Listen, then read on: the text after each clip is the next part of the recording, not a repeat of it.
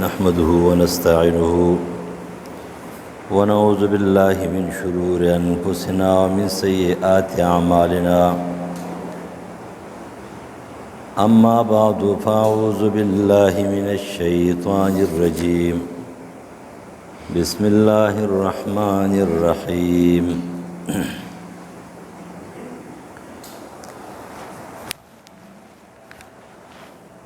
واصبر نفسك مع الذين يدعون ربهم بالغداة والعشي يريدون وجهه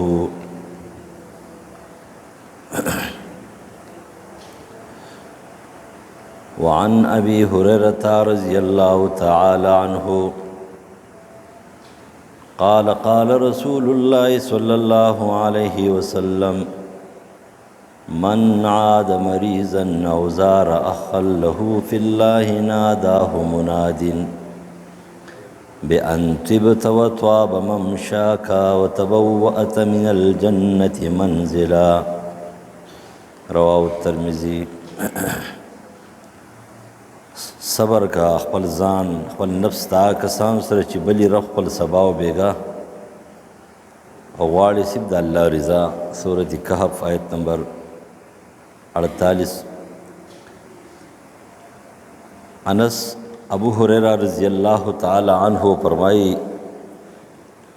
چې رسول الله صلی الله علیه وسلم او فرمایل چې یو سړی د یو بیمار او د یو مریض بیمار پرسې لاړ شي او یا د یو ورور مسلمان ملاقات لاړ شي صرف د الله د پاره نو आवाज़ کې دته یو आवाज़ کوون کې چې په دې عمل باندې طب ته خوشاله شه او تازه شه وطاب ممشاک او ستاره تګ دا دې د خوشحالۍ وګرځي. وتبوأت من الجنة منزلا او تازان په جنت کې یو ډېره ښه ټکانه تیاره کړه.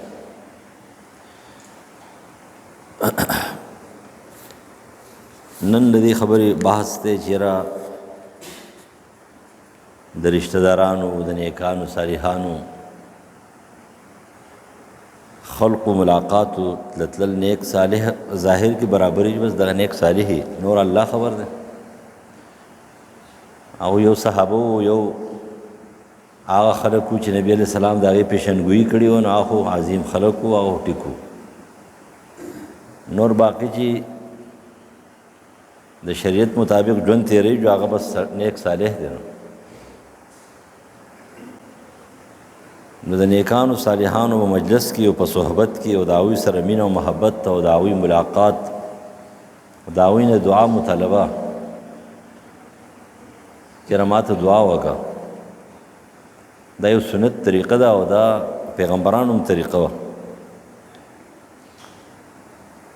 نبی علیہ السلام سره چې کوم ملګري ناستو نو هغه د مکې دور او بیا د مدینې په دور کې غټ غټ خلک هم پکې وو خو داسې کمزوري عاجزه فقیران ملنګان غلامان هغه خلک موجود نو هغه ته خلکو داسې د عزت په نظر باندې نه کتل چې کم مشرکانو کم منافقانو نو کله کله به داسې شکایتونه شروع کړه نبی علیہ السلام ته چې دا ستا سره ناست دي موږ ځکه نه کینو.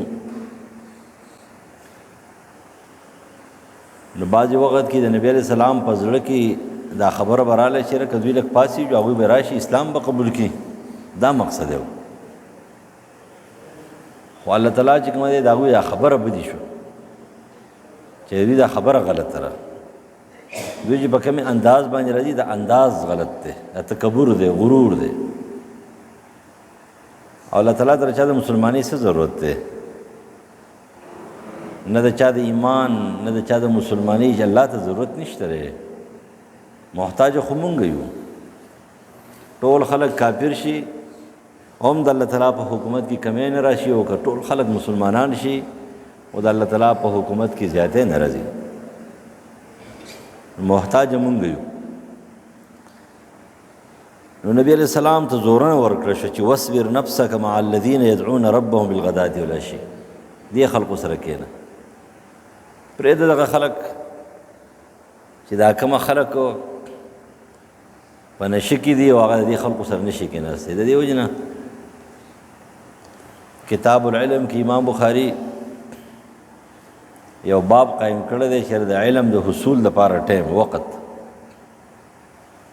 نو باقي دا خبره ده چې د عمر فاروق رضی الله عنه یو قول دی، هغه وایي چې تفقهوا قبل ان تسودوا، د سیادت نه او د مشرۍ نه او د سردارۍ نه مخکې علم حاصل کړئ. ځکه چې بیا کله یو سړی نوکر شي او افسر شي او لکه اوس تاسو نه تپوس کوم، یو خو هارون رشید و که نه، خو هارون رشید و او یو زمونږ ستاسو چې کومه دی دا بادشاهان دي که نه. لکه زمونږ مه خفه کېږئ، خیر ټول داسې دي. زمونږ صدر له په ناظره قرآن نه ورځي او زمونږ وزیر اعظم له هم قرآن نه ورځي او کېدای شي دا وزیر اعلیګانو هم په ټکي اګا بېګانې دوی له هم نه ورځي. نو دوی قرآن زده کول به دوی فرض دي که نه؟ مسلمان دی وایي چې قرآن پې فرض دی، نو دوی له دا پکار دی چې دوی کینی. نو دوی په جماعت کې مولوي صاحب ته کېناستی شي که نه، مولوي صاحب به بیایي او ده ته به چې کومه دی نو په صدر هاوس کې چې کومه دی او پارلیمنټ هاوس کې یا به چېرته په یو لوی ځای کې چې کومه دی به ډېر اوچت ناسي سبق به وایي. سبق نه ویلی کېږي، نه پلار یادولی شي نه به یاد کړي. لیکن دې ته خو ناسته پکار ده دغه شان دی چې ته به استاذ ته کښېنې نو هله به تا ته علم حاصلېږي، سبق به وایې. هارون الرشید چې کومه دی نو هغه راغی امام مالک ته مخې ته کښېناستو د طالبانو سره، نو علم یې زده کو، خلیفه دې جوړ شو. نو چې کله دا نشئ نو دې کې خو نه کېږي. نو ځکه امام بخاري د عمر فاروق قول لاغو چې د سیادت نه او د مشرۍ نه او د سردارۍ نه او اگر که نوري معنی هم پکې دي خو لیکن مشهوره معنی هم دغه ده. دې نه مخکې علم یې زده که، ولې ته به ځان اوچت ګڼې او علم به بیا نه حاصلېږي. نو دې ته وایي کښېنئ د عاجزانو سره، د دغې فقیرانو سره کښېنئ. بعضې خلک ډېر داسې وي چا په مانځه کې خواتی سي کمزوری غوندې انسان ودرېږي، دی ډېر بد ګڼي، ډېر بد ګڼي چې لکه دی زما خواته ودرېدلو او دا ولې ودرېدلو. نه دا لري که دغه نه، یو سب کې به ودرېږي، ایک سب میں کڑے ہو گئے محمود و ایاز. سړی سوچ وکړي هغه بادشاهانو ته او هغې مشرانو ته او دې خلکو ته وګوري سړی حیران شي. زور په هغوی کې و، طاقت په هغوی کې و، غیرت په هغوی کې و، ایمان په هغوی کې و، حسن او جمال په هغوی کې و، شهسواري په هغوی کې وه، ټوله دنیا ترې لړزان وویرېدله. ولیکن عاجزي څومره وه،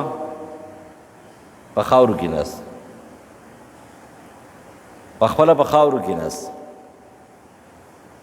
عمر فاروق رضی الله عنه پخپله په خاورو کې ناست، خلقو سره چې کوم دی داسې ګول میل کېناستل. یو ځل چې دی نو هغه د عیسیانو د اهل کتابو یو الچي راغی، خط یې راوړی، چې کله راغی نو ویل چېرې امیر المؤمنین په نوم خط دی، الچي به پرېښودو، نور عیسایان یهودیان یې مدینې مکې ته نه پرېښودل. نو چې هغه راغی اوس خو د دې زمانې ډنډمار د سعودي امر دی ډنډمار چې کومه دی د میډو هغه خو هر څه ختم کړه. کعبې شریفې ته هم یهودیان عیسایان اوس داخلېږي، هغه خو لاړه راله خبره. نو هغه خو نه پرېښودل، هغه خو عمر و.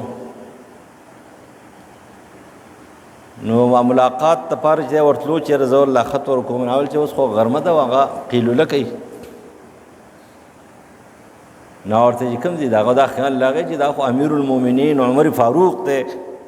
نو هغه چې قیلوله کوي د هغه به خو ځان له څنګه د ریخمو بستري او بړستنې به یو څه به یو څه به یو د دنیا کمانډوز به ولاړي چاپېره او چوکیداري به کوي. نو هغه ورته ویلی چې بس هغه خو غرمې خوب له داسې بار ته ځي، دی طرف ته هلته یو پلو سره د هغې لاندې پلوس یې لاندې یو چاو یاره زه خو دا لیدل غواړم صحیح ده چې دوی لاړه چې ویې کتل چې هغه عمر فاروق ته نه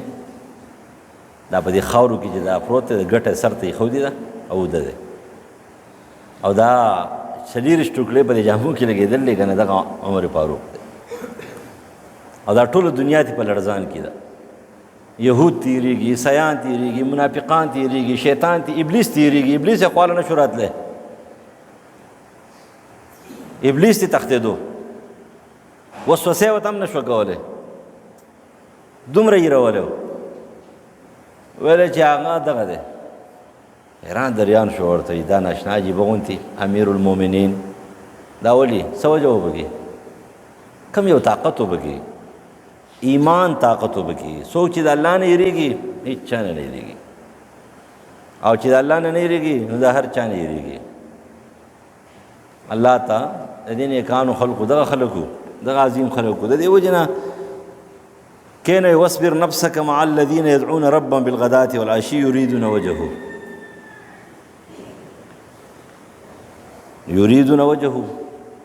زموږ د سیاستدانانو دا ډبل شادل یو شانتي دي دې ډبل شادل شل ځله او سل ځله سودا کلیوالو والا چا په ګیره کې والا او چا په بېګیرې کې والا او چا په یو شیز کې والا او چا په بل شیز کې والا دغه شان دي ستاسو د سیاستدانانو د منبران یې ټول ډبل شادلي دي څو ځله ووهلی او بیا هم نه پوهېږئ بیا ماته پته نه لګي چې بیا والا ورشي نه دي پېژني خبرې هم در سره نه کوي په خیر هم در سره نه کوي چې په خیر دې ورسره وکړو که نه نو 100 ځله به خپل لاس وینځي دومره کرکه کوي د دې عوامو نه کرکه او د کرکې مستحق خلق دقه خلق دی مشرک د کرکې مستحق دی منافق د کرکې مستحق دی ګناهګار د کرکې مستحق دی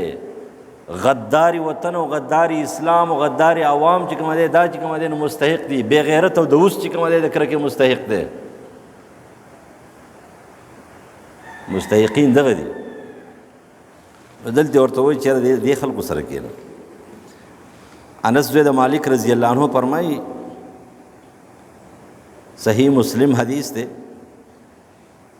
چې ابوبکر صدیق رضی الله عنه چې کله خلیفه شو نو عمر فاروق ته ویله د رسول الله د وفات نه بعد نو ورته وایي چې زه چې لاړ شو ام ایمن ته ام ایمن د نبی علیه السلام یاري ځایي ترور ده او قلار کړی دی نبی علیہ السلام به چې خفه شو تاسو ته پته ده په مکه کې به چې خفه شو نه چا خواله بتلو د 2 کسانو خواله بتلو په مکه کې به چې سم خفه شو نو ټول خفګان به 2 کسانو خوا سره د خدیجة الکبرا رضی الله عنها بیبي خواله به راغی هغه به وله داسې تسلي ورکړه چې خفګان به ختم شو او د ابو طالب خواله به لاړ ابو طالب به وله چې کومه دی نو هغه قوت ورکو هغه جواب به کافرو ته مشرکانو ته وکړو چې هغوی به سر نه شو چتولی بس بیا به تسلي ورته میلاو شو او په مدینه کې به چې نبي علیه السلام لږ خفه شو یا داسې سوچ کې شو نو بیا به لاړو د ام ایمن خواله او د هغې خپلې رضایي ترور او د هغې دایي او هغې غټ کړی بس د هغې سره به کېناستو هغې به وله نبي علیه السلام سر به وکتو وله تسلي به وله ورکړه ایسته به اوده شو هلته ټیک به شو نو دوی دواړه چې کومه دی نو روان شو ابوبکر او عمر چې ځو د ام ایمن خواله نبی علیه السلام ملاقات ته تلو چې مونږ هم لاړ شو ځکه مونږ ته به برکت میلاو شي نبی علیه السلام چې د هغې خواله راتلو خو په هغې کې څه وو پیغمبر یې خواله راځي خو څوک پوهي نو دوی دواړه لاړه چې کله هغې ول د دواړه بوډۍ ښځه وه نو بس هغه په ژړا شوه نو دوی ورته ویلی ته ولې جاړې تا ته پته نشته دی چې رسول الله صلی الله علیه وسلم ته د الله سره چې څه دي هغه خو ډېر زیات ښه دي په دنیا څه کې نه په دې نه جاړم چې هغه وفات شو لاړو هغه خو لاړو وحي منقطع شوه د اسمان نه وحي منقطع شوه په دې خفه شو چې خلک اوس منافقان دي ولا ګرځي مونږ ته پته نه لګي پخوا نه نبي علیه السلام ته وحي راله پته به ولګېدلی چې دا منافق دی اوس خو تاسو دواړو ته وحي نه راځي که نه وحي خو پیغمبر ته راځي. نو ابوبکر عمر رضی الله عنهم په جړا شو، خو مقصدي خبره به دي کې داره چې د هغې ملاقات له لاړ. ولې وله لاړ؟ ځکه چې ایو برکتي ښځه وه، پیغمبر یې خواله راتلو، برکتي ښځه وه، د هغې په وجه باندې چې دی ملاقات له هغوی لاړ. ابو هریره رضی الله عنه فرمایي چې رسول الله صلی الله علیه وسلم نه دا روایت نقل دی و چې یو سړی و هغه ورو ورو په بل کلي کې هغې ملاقات ته لاړ. نو الله تعالی د هغه کلي په کوڅه کې د هغې په کومه لاره چې په هغې کې ورته یو فرشته ودروله، چې کله راغی ورته وایي این ترید، په زبان قال سره ورته وایي چېرته روان یا په زبان حال سره ورته وایي او زما په دې کلي کې یو ورور دی د هغې خواله زما وایي ښه وایي هل لک علیه من نعمت تربه علیه، څه احسان در سره کړی دی د هغې بدل وله ورکې؟ وایي نه، وإني أحببت بالله تعالى لله بالله وسره مینه کوم. قال فإني رسول الله إليك بأن الله قد أحبك، زه د الله طرف استاذ یم تا ته چې الله ستا سره مینه وکړه، ځکه ته هغه سره د الله دپاره مینه کوې، او د الله دپاره څوک چا سره مینه کوي؟ الله د هغه سره مینه کوي. د الله دپاره یو کار کوې، هغه کار به الله ځکه قبلوي، د الله دپاره کېږي. نو په دې نیت باندې چې یو سړی د چا ملاقات لري، اگر که هغه به ذات خود دوست دی او ملګری دی او یا رشته دار دی، داسې د برکت او د نیکۍ څه خبره هم نشته، خو دې تش ملاقات لري، نو هم د هغه دپاره الله تعالی چې کومه دی نو هغه بشارت د محبت لله ورګوي چې دی د الله سره مینه کوي، د الله دپاره مینه کوي، نو الله د ده سره مینه کوي، د ده سره محبت کوي. او نن سبا کاته خرابه شوي د قیامت نښې دي، بس کاته خرابه ده او خلک بس وایي که نه د خپلو نه پردي ښه دي او د پردو نه پردي ښه دي. دومره دي رشته دارانو یو بل داسې مه وایه چې یاره زه خبره وکړم او ته زر چې کومه دی نو بس خپل ځان واخلې، ته تا نه یادومه، زه خپل ځان هم یادوم او خپل ټوله دنیا یادوم. زما هم بلا انسانان بدي شي، زه خو چې د انسانانو نه لرې لاړې چېرته کېناستې، ځکه دې انسانانو نه خو چې څه پیدا نشي سوا د تاوان نه، چې خبرېږي تی نو پته نه لګي، بس سهار وختي چې کومې خبرونو خبر شو چې کنه ټوله ورځ هم پریشانوي. نو نن سبا داسې چې ټول داسې دي، که په زوی کې کمی دی نو په پلار کې هم کمی دی، که په لور کې کمی دی نو په مور کې هم کمی دی، که په انګور کې کمی دی نو په خواښې کې هم کمی دی، که په رور کې کمی دی نو په بل رور کې کمی دی. داسې څه به چا کړي یې به یو به داسې کړي څه چې هغه زړه به مات کړی، بلکل انسان دی دومره حد ته به یې رسولی چې هغه به بلکل د رشتې نه څه چې د هر څه نه به ختم شوی کټ شوی به داسې کار به هم نه کوې، داسې ټکول مه کوه چې داسې حد ته ورسوي چې هغه بیا هغه زخم ډکېږي نه، هغه زخم ډکېږي نه، هغه پریشاني ختمیږي نه، هغه سوچ ختمیږي نه. نو نن سبا چې وګورئ نو چا زما خیال نه راځي په دې ثابت کلي کې چېرته یو 25-30 کوره یا زیات نه 100 کوره که داسې وي چې په هغې کې دارونه موڼه واړه واړه ماشومان چې دغه کېدلی شي، نور خو چې کله واده کړی دی نو شاذ و نادر نشم ویلی او نو خو ټول داسې دي. زموږ مثال خو هم هغه دی که نه چې ښځه ورته وایي که نه ویل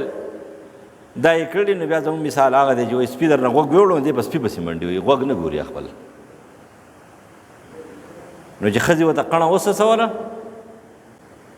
نو بیا دی چې کومه دی نو دې ته نه ګوري چې هلکه دا خبره ټیک ده او که غلطه ده، بیا په دې باندې نه خو بس دې څه کوي یو مسله جوړوي، یو پریشاني جوړوي. نو نن سبا رشتې ټولې خرابې شوي. ښه سړی هغه دی بیا هم د دې سره رشتې چې کومه دی نو څه کوي برابرول غواړي، لہذا د صله رحمۍ د دې خیال ساتل پکار دی، نیکانو صالحانو نه دعا اخیستل پکار دی. په دې ځای باندې څه یو حدیث دی او څو نور حدیث په باب کې ډېر دي، خدا دې چې یو سړی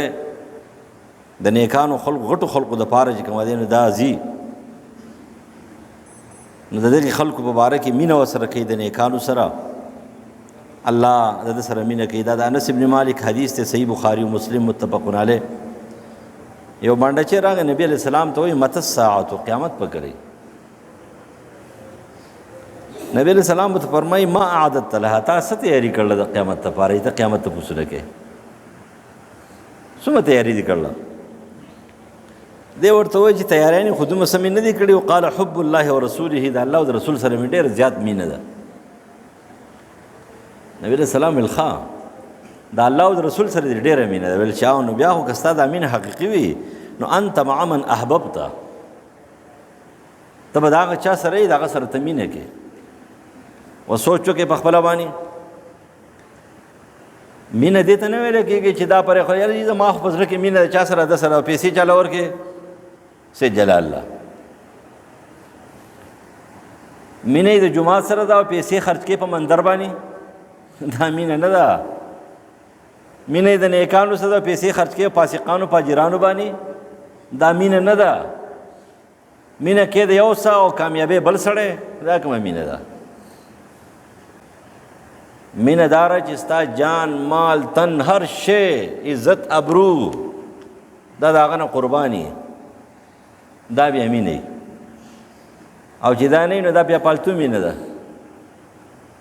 دې باندې چې دا خبره وکړو نو دا مینه دغه مینه وه، صحیح مینه وه. ځکه ورته وایي چې انت مع من احببت المرء مع من احب. دا ابو موسی اشعری حدیث ته متفقون علیه. نبی علیہ السلام فرمایي سړی به د هغه چا سره وي چې د هغه سره مینه کوي. نو وردا الرجل علی دین خلیله، هر سړی د خپل خلیل او د دوست په مذهب باندې روان دی. ودې ګوري چا سره تعلقات دي او یارانې دي. په دې وجه حدیث کې راځي ابو سعید خدری رضی الله عنه حدیث ته ابو داود ترمذی نبی علیہ السلام فرمایي چې مرګستیا د مؤمن سره کوه او ستا خوراک دي پرهیزګار وخوري. پرهیزګار دي وخوري ستا خوراک، فاسقان فاجران دي نه خوري. ستا پرهیزګار پایزه دي نه خوري، نیکان صالحان دي ستا خوراک وخوري. او بیا دام چې نیک سړی دی او تر هغې مخې له ځې دعا ترې غواړې دي، لاندې نه هم دعا غوښتی شي باندې نه هم دعا غوښتی شي. عمر فاروق عمرې له روان و، نبي علیه السلام ورته وایي وروړ چې عمرې ته ځي چې موږ په دعا کې هیر نه کړې، چې موږ په دعا کې هیر نه کړې. عمر فاروق رضی الله عنه جابر ابن عبدالله او په نور روایاتو کې د دې خبرې ذکر دی، مشهور تاسو اورېدلي هم دي. ځان نه پکې خلک دروغ هم وایي. اولس په یو جنازه کې چې کوم دی نو ملا دروغ ویله په دې اویس قرني باندې. د حضرت عمر نه حضرت علي جوړ کو، ګډې وډې شروع کړې پالتو بکواس. نه علم ګورې، زه تاسو ته خو نه وایم مولیانو ته وایم خدای کې علم څوک ګوري نه، پښتو قصې کوي. پښتو قصې علم د قرآن او د حدیث نوم دی. عمر فاروق رضی الله تعالی عنہ هغه ته نبی علیہ السلام وفرمایل چې د یمن د طرف نه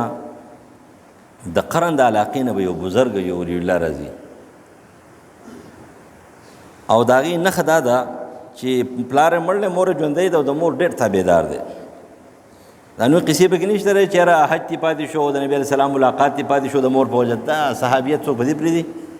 ابو هریره ولې نه پرېښودو، سعد بن وقاص ولې نه پرېښودو، پکار دا دی چې هغوی پرېښودلی وی. سعد بن وقاص ته چې کوم دی ویس قرني څه کوي چې د ویس قرني په شان دي 15 کروڑه خلک شي، هغه ویس قرني سعد بن وقاص ته نشي رسېدی. هغه صحابي دی، تابعي دی. ابو هريره رضی الله عنه ته ویس قرني چې په بېشماره پلکاو شي نشي رسېدی، شین نقطې نشي رسېدی. هغه صحابي دی، پیغمبر یې لیدلی دی، ایمان یې راوړی په هغه. هغه رضی الله عنه ورضو عنه دي. نو څنګه د مور خبره واورېدله هغه پاتې شو، پیغمبر ملاقات تی پاتې شو او صحابیت تی پاتې شو او نیک سړی و، اسلام به قبول کو، وروسته قبول کړی، تابعي دی. عمر فاروق رضی الله عنه ته ملاقات ورسره وکړه. عمر فاروق هغه خلقو ته ویله چې اذا اتی امداد اهل الیمن سألهم افیکم اویس بن عامر، چې خلک یې ودرول چې یاره کله د یمن د طرف نه د قرن د علاقې خلک راځي قافلې، نو تاسو تپوس وکړئ چې اویس تر پکې شته. اویس زوی د عامر القرني، نوم یې اویس دی، د پلار نوم یې عامر دی او د قرن دی. نو په دې روایت کې خدا لري چېرې بل نور خلک ولاړ دي ورته عمر فاروق، او په یو روایت کې دا لري چې عمر فاروق په خپله وتلی دی. نو معلومیږي دا چې هغوی ورته ویلي دي چې او اویس قرني چې کومه دی نو هغه دلته را روان دی، دغه دی مونږ ته ولاړ یو، تاسو راشئ. نو هغه راغی. چې کله راغی نو عمر فاروق ورته وایي چې انت اویس ابن عامر، وایي ته اویس ابن عامر یې ویل چې او نام قال من مراد ثم من القرن د مراد خاندان سره تعلق دی او د قرن یمني ویل چې او وایي ښه وایي ستا مبارک خو ما د رسول الله نه اورېدلی دي چې اویس ابن عامر به راځي په یو قافله کې حج ته او د یمن نه او د مراد خاندان سره او د قرن د علاقې نه دی خو په تا باندې د روپۍ په برابر برګی دی ثم من قرن کان من به برس فبرأ منه الا موضع درهم تا باندې برګی و ټول وجود باندې هغه برګی دی ټول ښه شوی دی خو د روپۍ برابر برګی در باندې پاتې دی ویل چې او پاتې دی هغه حیران شو دا څوک دی ویل له والدة هو بها برا ویل چې نبی علیه السلام نه ما دا اورېدل ستا مور ژوندی ده و تر هغې ډېر تابعدار یې دومره شته ته تابعدار یې مور ډېر خدمت کې نن سبا خو مور پلار څوک نه پېژني څه د مور پلار کنځلي دي خیري دي او سره بچو بې ادبي ده نو د دې وجې نه مور پلار هم د اول نه چې دی نو څه داسې نقصانات شروع کړي نن سبا ډېر زیات ګوره بې ادبي ده دا خبره یاد ساتئ بچي ډېر زیات بې ادبه دي ډېر زیات بې ادبي حد ته رسېدلې ده صرف سلام دین دلي دي د دې وجې نه په دې سکولونو کې او په دې مدرسو کې دوی له درخواست دی چې تاسو ته ادب زیات بیانوئ ادب نه پېژني ویل چې دغه سړي صفت دا دی چې قسم وخوري د الله په نوم باندې نو هغه قسم یې الله سر ته رسوي دی حیران شي دا څوک دی ته څوک یې و ما ته اول دعا وکړې ورته ځان وښیمه بس هغه ته دعا وکړې وایي فإن استطعت أن يستغفر لك فافعل فاستغفر لي فاستغفر له وایي زما لپاره بس دعا وکړه دعا یې وله ورکړه وایي ته څوک یې وایي زه خو عمر یم ته امیر المؤمنین عمر یې وایي چې او زه عمر یم دی سخت خفه شو پریشانه شو سترګو کې اوښکې راغی ژړا شو چې دا ته ما ته وایي چې ما ته دعا وکړه زه به تا ته یم چې دعا وکړم زه تا ته رسېدی شم ستا خاورو ته نه شم رسېدی د خپو اول چې او دا ما د رسول الله نه اورېدلی دی چې دی خیر التابعین دی بهترین سړی دی او د دعای مستجابه ده دعای قبلیږي دعا د هر چا قبلیږي دا خبره یاد ساتئ خو د دعا د قبلېدو لپاره خېټه صفایي ده ضروري ده د خېټې صفایي نه وي که نه دعاګانې مواګانې نه قبلیږي دا مونږ چې کله کله دعا وکړو د بارانه دپاره کېدای شي د الله تعالی چې برناقه کوو زموږ په دعا یې نه دی کړی او یا کېدای شي چېرته نو خو تاسو ټول داسې یې که نه چې مولوی صاحب دعا وکړي زما دعا قبوله شوه باران وشو زما دعا قبوله شوه ځان چې کوم دی نو بس زر اویسې قرني جوړ کړي او مقتدیان چې دلته ناستي خو ګورئ په تاسو کې یو چل دی چې مونږ دعا وکړو نو مولوی صاحب دعا کړې قبوله نه شوه داسې نه وایي چې مولوی صاحب یو شخص دی او مونږ 5000 کسان ناستو ستاسو دعا نه ده قبول شوي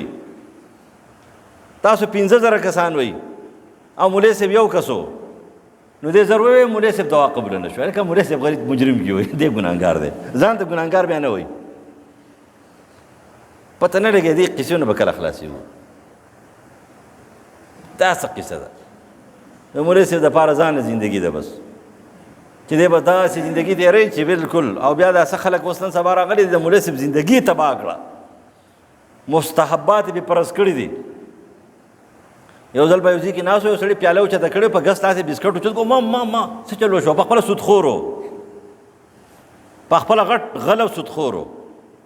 ما سودخوره ځان له یې دغه حل دی هغه په ګس لاس بسکټ اوچت کو کافر دی کو نو دو لاس دی نو څه وکړي په کم لاس باندې اوچت کړي یو لاس باندې بسکټ اوچتی په یو لاس باندې کوم دی دغه اوچتی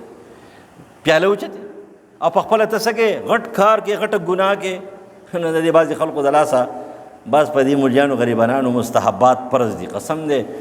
زندگی خو هغه صحابه و سیده ساده زندگی و قسم دی که چا پې دا الزامات لګول یا تابعینو یا تبع تابعینو غټ خلکو هغه زماني خلک هم غټ خلکو اوس په دې زمانه کې چې ژوند تېرې دومره ګران دی قسم دی چې حیران بشي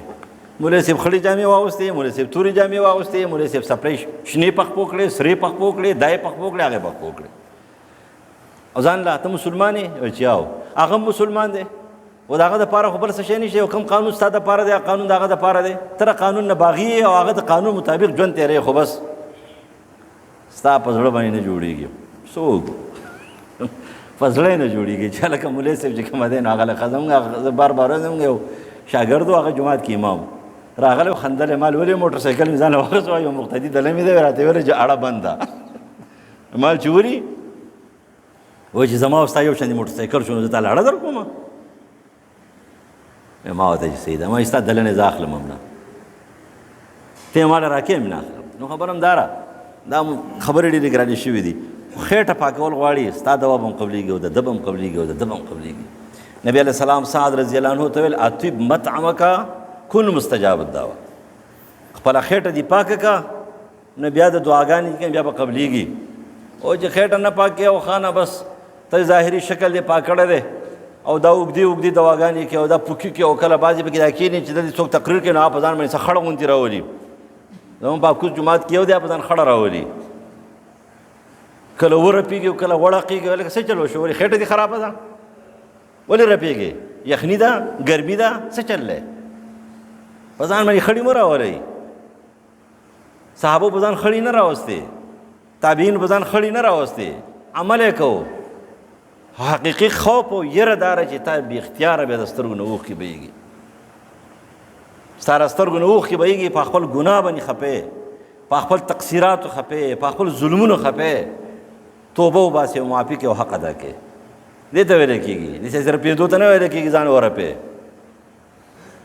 د الله نه چې څوک صحیح هېرېږي که نه تاسو ته پته ده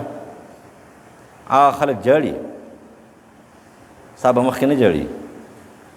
الله تناسب جاړي پروردګاره څه به کېږي زموږ سره سبا غم نشته دی د دې وجې زموږ ملاقاتونه هم ټول د هغې خلکو سره دي چې هغه خلک یا فاسقان فاجران پیران دي یا فاسقان فاجران ملنګان دي یا فاسقان فاجران ګمراهان مشرکان کافران جادوګر دي ساحران دي هغوی له دي د هر چا ځان له پیر نیولی دی نو هغه پیر کې څه منجورانو سره تعلق نه هغه ټول چرسیان پوډریان دي ټول غلو ډاکوان دي ټول دغې ارامي توبونو ته ناست دي نو دې د هغې سره چې کوم بیعت کړی دی لاړ چې نیکانو صالحان چې کومه دی هغې سره کښېنه علما دي د قرآن او د حدیث هغې ته په ښه نظر باندې وګوره د دې وجې نه د اهل خیر نه چې کوم دعا غوښتل پکار دي هغې سره تعلق جوړ د هغوی مجلسونو ته تله پکار دي په هغه محفل کې ناسته پکار دي چې د درس کېږي کښېنئ د الله دپاره وله کښېنئ دغه محبت لله دی دغه مجلس هم د مینې مجلس دی موږ د هغې مجلسونو نه چې کوم تښتو مونږ کرکټ ته ولې کېنو پړقې ولې نه وو فټبال او والیبال ته پړقې ولې نه وو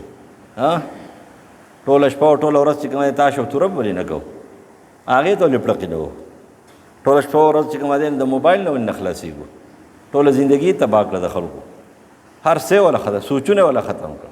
بې ځایه چې خلک چې دی نه په دې ګناهونو کې دې شیدونه اخته کړه بیټې مې نابالغه بالغ کړه بیټې مې دا چې څومره بیټې مې چې کومه دی لاړه دې حد ته ورسېده دې موبایل ورسول دې په حاشیې ورېانې دې په دې باندې ښه مجلسونه لري خو خلکو سره کښېنئ چې هغې ستاسو سوچ برابر کړي ستاسو فکر برابر کړي ستاسو شیطاني خواهشات چې کوم د هغې تاسو ته ښه سمت وښیي دا پرېږده الله تعالی دې موږ د ښو خلکو سره جوړ کړي او د ښو مجلسونو سره الله زموږ تعلق پیدا کړي او د نیکانو صالحانو سره زموږ مینه محبت پیدا کړي او د هغې مینه محبت په وجه دې الله تعالی موږ کامیاب کړي